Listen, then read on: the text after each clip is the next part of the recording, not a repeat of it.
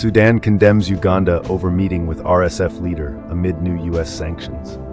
Diplomatic tensions in East Africa have spiked tonight after Sudan formally condemned Uganda for hosting the leader of the paramilitary Rapid Support Forces.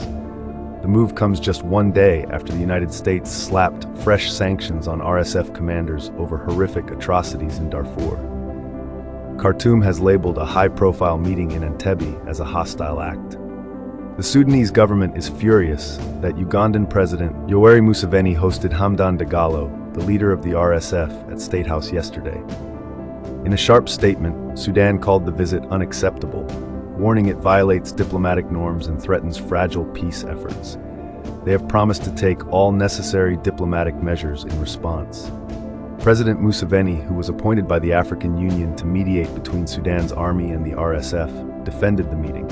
Writing on X, he stated, quote, "As always, I emphasize that dialogue and peaceful political solutions are the only sustainable paths to stability for Sudan and the region."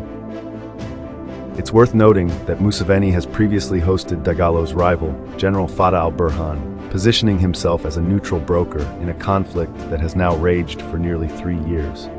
However, the timing of this meeting has drawn intense scrutiny.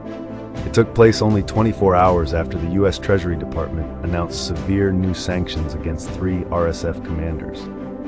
The U.S. says these recent reports indicate that serious violations of international humanitarian law occurred during the extended siege of al-Fashir, the capital of Darfur.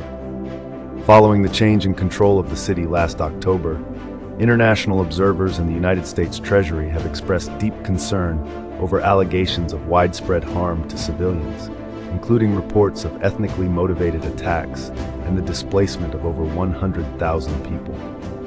In response to these developments, the United States government has announced new sanctions targeting specific leaders within the Rapid Support Forces. These measures are a direct response to documented accounts of severe human rights abuses. United States Treasury Secretary Scott Bessent issued a formal statement calling for an immediate humanitarian ceasefire. He emphasized that the international community will not tolerate campaigns that endanger civilian populations in Sudan.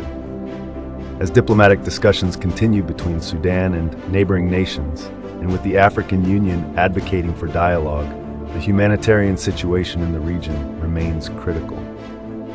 With new sanctions in place and peace talks ongoing, the path to stability faces significant challenges. We will continue to monitor this developing story based on official reports and international statements.